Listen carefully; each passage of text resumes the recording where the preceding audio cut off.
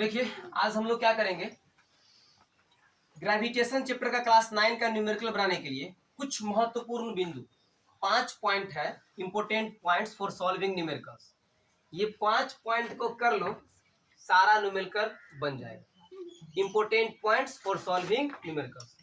Generally क्या करते हैं लोग, यही 5 को विद्यार्थी यही 5 को पॉइंट को छोड़ देता है, सीधे न्यूमेरिकल पे चल जाता है। तीनों इक्वेशन का यूज करने लगता है, v equal to u plus d t, h equal to u t plus d t square, सीधे यूज करने लगता है। इस 5 पॉइंट बेसिक पॉइंट इसको दिमाग में जरूर बैठाइएगा, सारा न्यूमेरिकल बनेगा। पहला पॉइंट क्या, देखो लिखना बंद कर दो। सबसे पहला पॉइंट कि व्हेन ए बॉडी, संगम बात नहीं, when a body is falling vertically downwards, when a body, सबसे पहले यही वीडियो जाएगा, ठीक। बातचीत क्लास में कीजिएगा, नाम उधर बोलेंगे, बाकी लोग कमेंट करके बताइएगा संगम के बारे में कैसा विद्यार्थी है। क्या बोले कि when a body is falling vertically downwards, जब एक वस्तु सीधे नीचे गिर रहा हो। When a body is falling vertically downwards, जब एक वस्तु सीधे नीचे गिर रहा हो तो उसका वेलोसिटी बढ़ते जाता है। करके देखना, एक बॉल को फेंको ऊपर और जैसे जैसे वो नीचे आएगा वैसे वैसे उसका स्पीड बढ़ने लगता है। एक बॉल जब ऊपर से आ रहा है तो धीरे धीरे आ रहा है, लेकिन जैसे जैसे नीचे आ रहा है ना वैसे वैसे उसका वेलोसिटी, वैसे वैसे उसका वेग, वैसे वैसे उसका स्पीड बढ़ते जाता है।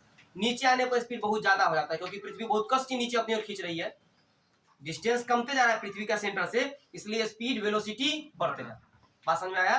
क्या बोले कि जब एक वस्तु सीधे नीचे गिरता है तो उसका वेलोसिटी बढ़ते जाता है। तो when a body is falling vertically downwards, जब एक वस्तु सीधे नीचे आता है तो उसका वेलोसिटी बढ़ते जाता है। कोई पूछेगा क्यों बढ़ते जाता है, बताओ गुंजन, क्यों बढ़ते जाता है? उसका वेलोसिटी, हाँ उसका डिस्टेंस, ऐसे बोलना है, वेलोसिटी इसलिए बढ़ रहा है क्योंकि सेंटर से डिस्टेंस घटते जा रहा है। जैसे जैसे नीचे आ रहा है वैसे वैसे पृथ्वी के सेंटर से डिस्टेंस घटते जा रहा है, और आर घट रहा है इसलिए एफ बढ़ रहा है, फोर्स बढ़ रहा है, और फोर्स बढ़ रहा है इसीलिए वेलोसिटी भी बढ़ रहा है। क्या बोलोगे वो बताओ? डिस्टेंस घट रहा है, नीचे आया तो डिस्टेंस घट रहा है, डिस्टेंस घट रहा है तो वो क्या, डिस्टेंस घट रहा है तो फोर्स बढ़ रहा है, और फोर्स घट रहा है तो फोर्स बढ़ रहा है तो कस से खींचेगा, कस के खींचेगा तो क्या होगा, वेलोसिटी बढ़ेगा, बढ़ जाएगा। अरे फोर्स बढ़ेगा तो वेलोसिटी भी बढ़ेगा। सिंपल बात की, जब एक वस्तु के नीचे गिराते हैं, फ्रीली गिराते हैं, तो उसका वेलोसिटी बढ़ते जाता है। बोलोगे क्या समझ में आया? जब एक वस्तु को नीचे गिराते हैं तो उसका वेलोसिटी बढ़ते जाता है। तो ये बात तो लिखा है कि when a body is falling vertically downwards, जब एक वस्तु सीधे नीचे गिरता है तो बताओ उसका क्या बढ़ता है, वेलोसिटी बढ़ जाता है। अब बोला चूंकि वेलोसिटी बढ़ रहा है मतलब स्पीड बढ़ रहा है, मतलब स्पीड तो अंतर है, हालांकि एगो स्केलर एगो वेक्टर, लेकिन वेलोसिटी बढ़ रहा है, इसका मतलब एक्सेलरेशन ड्यू टू ग्रेविटी जी यहाँ पर कैसा लेंगे, तो यहाँ पर पॉजिटिव लेंगे।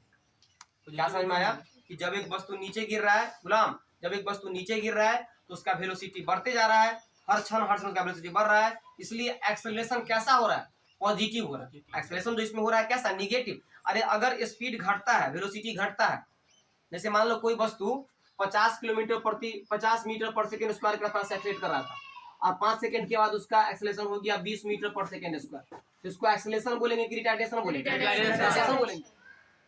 लेकिन यहाँ पर चूंकि वेलोसिटी बढ़ रहा है, नीचे आ रहा है, तो इसलिए एक्सेलरेशन ड्यू टू ग्रेविटी कैसा लेंगे, इंक्रीज कर रहा है, मतलब पॉजिटिव लेंगे। सर ऊपर जाएगा तो नेगेटिव, क्या ऊपर जाएगा तो नेगेटिव? हाँ ऊपर जाएगा तो नेगेटिव जाएगा। याद रखना है कि अगर एक बॉडी सीधे नीचे गिर रहा है तो एक्सेलरेशन ड्यू टू ग्रेविटी लेंगे पॉजिटिव।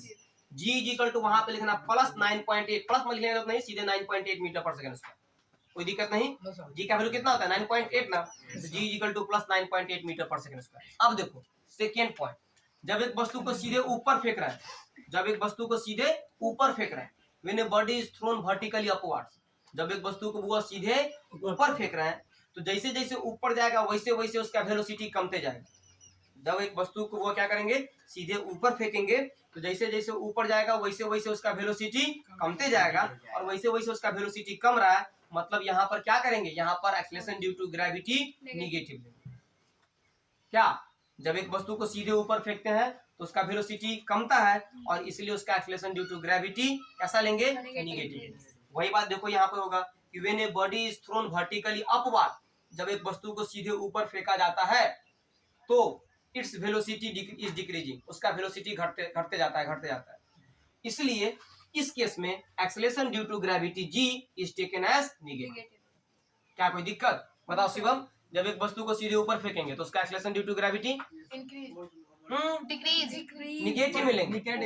जब एक वस्तु को सीधे ऊपर फेंकेंगे तो उसका वेलोसिटी क्या डिक्रीज करेगा, इसलिए acceleration due to gravity negative. और जब एक वस्तु को, यार सिंपल बात तो है, जब ऊपर फेंकेंगे तो जी निगेटिव और नीचे फेंकेंगे तो जी पॉजिटिव। अगला बात, कोई दिक्कत? यही बात लिखे हैं कि acceleration due to gravity for a body thrown upward is equal to g is equal to minus 9.8 metre पर सेकंड। ये याद रखना, ऊपर फेंकेंगे तो जी माइनस मतलब माइनस 9.8 मीटर पर सेकंड स्क्वायर, और नीचे गिराएंगे तो प्लस मतलब प्लस 9.8 मीटर पर सेकंड स्क्वायर। कोई दिक्कत? अगला बात बोलता है when a body is drop freely from a height, जब एक वस्तु को किसी निश्चित ऊंचाई से गिराते हैं तो उसका उस टाइम इनिशियल वेलोसिटी मतलब यू कितना होता है? तो समझो, एक ऐसा मान लो एक वस्तु है, इसको हम सीधे नीचे गिरा रहे हैं, तो जिस टाइम इसको हम अपने हाथ से छोड़े, रेस्ट में था, उस टाइम तो ये रेस्ट में था, तो उस टाइम इसका इनिशियल वेलोसिटी कितना था? तो जीरो था। एक वस्तु को जब हम निश्चित ऊंचाई से छोड़ते हैं, गिराते हैं, तो उस टाइम वो कैसा था? रेस्ट में, मतलब उसका शुरुआती वेलोसिटी, इनिशियल वेलोसिटी यू जिसको बोलते हैं, वो कैसा होगा? जीरो। 3 पॉइंट। जब ऊपर फेंकते हैं तो जी निगेटिव, जब नीचे गिराते हैं तो जी पॉजिटिव। और जब कोई वस्तु को एक निश्चित ऊंचाई से नीचे गिराते हैं, when a body is drawn या when a body is drop from a height, तो उस टाइम उसका इनिशियल वेलोसिटी जीरो। अगला पॉइंट, जब एक बॉडी को सीधे ऊपर फेंकते हैं तो उस टाइम उसका फाइनल वेलोसिटी क्या हो जाएगा? हुआ, जब एक बॉडी को सीधे ऊपर फेंकते हैं तो उस टाइम उसका फाइनल वेलोसिटी भी कितना हो जाएगा? तो ये भी जीरो हो जाएगा। समझो, जब हम कोई चीज को ऊपर फेंके, रेस्ट में लेके फिर गिरता है, जब हम कोई चीज को ऊपर फेंके तो एक टाइम तो ऐसा आएगा, देखो यहाँ से फेंके यहाँ तक मान लो गया, तो जैसे जैसे ऊपर बढ़ रहा था वैसे वैसे उसका वेलोसिटी कमते जाता, फाइनली एक टाइम ऐसा आया जहाँ पर उसका वेलोसिटी जीरो हो गया, और फिर वहां पर से वो नीचे आना चालू कर, वहाँ कुछ समय के लिए रेस्ट में, वहां कुछ समय के लिए बिल्कुल रेस्ट में आएगा। तो इस टाइम मतलब फाइनल, इनिशियल तो छोड़ दो, इनिशियल तो कुछ वेलोसिटी पीछे फेंके होंगे, लेकिन फाइनल वेलोसिटी भी कितना? जीरो। क्या जिज्ञासु, जब कोई बॉडी को ऊपर फेंकेंगे तो जी, सब लोग बोलो, जी कैसा? निगेटिव। ऊपर फेंकेंगे तो जी निगेटिव, नीचे गिराएंगे तो जी पॉजिटिव। ऊपर फेंकेंगे उस समय उसका तो उस टाइम यू जीरो, और नीचे गिराएंगे, नहीं उल्टा हो गया, जब एक बॉडी को नीचे गिराएंगे तो उस टाइम उसका यू जीरो, जब कोई बॉडी को ऊपर फेंकेंगे तो उस टाइम उसका भी जीरो। याद, इसका यूज आएगा न्यूमेरिकल, बहुत सारा यूज आएगा। क्या संगम समझ में आया? शिवम पूछ ले, संगम बताओ। जब कोई बॉडी को फ्रीली गिराते हैं तो उस टाइम उसका इनिशियल वेलोसिटी कितना होता है? जीरो। और जब कोई बॉडी को ऊपर फेंकेंगे उस टाइम उसका फाइनल वेलोसिटी जीरो। क्योंकि एक टाइम ऐसा आएगा, यहाँ से फेंके तो ऐसे वेलोसिटी कमते गया, ऐसे फेंके स्पीड वेलोसिटी कमते गया। एक टाइम ऐसा आया जिस टाइम वह बिल्कुल रुक गया और वहां से फिर नीचे गिरना चालू किया, तो फाइनल वेलोसिटी कितना? वहां पर जीरो। अब देखो अगला पॉइंट बोलता है time taken by a body to rise to the highest point is equal to the time it takes to fall from the same height. समझो, जितना टाइम एक वस्तु को एक निश्चित ऊंचाई तक जाने में लगता है, उतना ही टाइम उस वस्तु को उस हाइट से नीचे आने में लगता है। सपोज कर लो यहाँ से इस वस्तु को फेंके, एक बॉडी को फेंके, यहाँ तक आने में लगा 10 मिनट, तो गिरने में भी कितना टाइम लगेगा? 10 मिनट। कोई दिक्कत?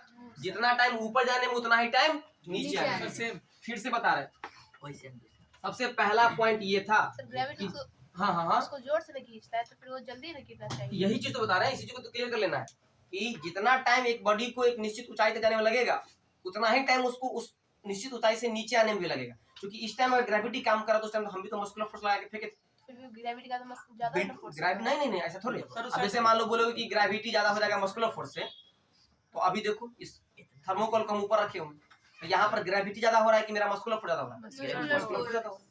क्या अगर ग्रेविटी ज्यादा तो नीचे गिर जाता? चलो 5 पॉइंट बताए। पहला पॉइंट फिर से बता रहे हैं, रिवाइज करना। सबसे पहला पॉइंट ये था कि जब एक बॉडी को सीधे हम ऊपर से नीचे गिराते हैं तो उस टाइम इसका वेलोसिटी जैसे जैसे नीचे आता है वैसे वैसे बढ़ते जाता है, इसलिए इस केस में acceleration due to gravity positive लेंगे। ये पहला पॉइंट था, 9.8 मीटर पर सेकंड स्क्वायर। सेकेंड पॉइंट ये था, ध्यान दो, जब एक बॉडी को ऊपर फेंकते हैं तो जैसे जैसे ऊपर जाता है उसका वेलोसिटी कमते जाता है। इस केस में हम acceleration due to gravity negative में लेंगे, -9.8 मीटर पर सेकंड स्क्वायर। दूसरा पॉइंट। तीसरा पॉइंट कि जब एक बॉडी को सीधे नीचे गिराते हैं तो जिस टाइम वो गिरना चालू किया, मतलब जैसे ही छोड़े, तो उस टाइम तो वो रेस्ट में था, इसलिए जब एक body when a body is dropped freely, जब एक वस्तु को सीधे नीचे गिराते हैं तो उस टाइम उसका u इनिशियल वेलोसिटी 0। अगला पॉइंट, चौथा पॉइंट, जब एक वस्तु को नीचे से ऊपर फेंकते हैं तो एक टाइम ऐसा आता है जब वो कुछ पल भर के लिए रुक जाता है, क्या, एक बस 10 बीट ऑफ सेकेंड के लिए, तो उस टाइम उसका फाइनल वेलोसिटी कितना हो जाता है? 0। मतलब जब कोई वस्तु को नीचे से ऊपर फेंकेंगे तो एक टाइम के लिए उसका फाइनल वेलोसिटी 0। चौथा पॉइंट, जितना टाइम एक वस्तु को ऊपर जाने में लगता है उतना ही टाइम उसको नीचे आने में। The time taken by a body to reach its maximum point is equal to the time taken to fall from the same height. पांचवा पॉइंट, ये पांचवा पॉइंट। कोई दिक्कत नहीं? कोई दिक्कत नहीं। कमेंट करके बताइएगा वीडियो कैसा लगा और स्पेशली हमारा संगम कैसा दिखा। Thank you.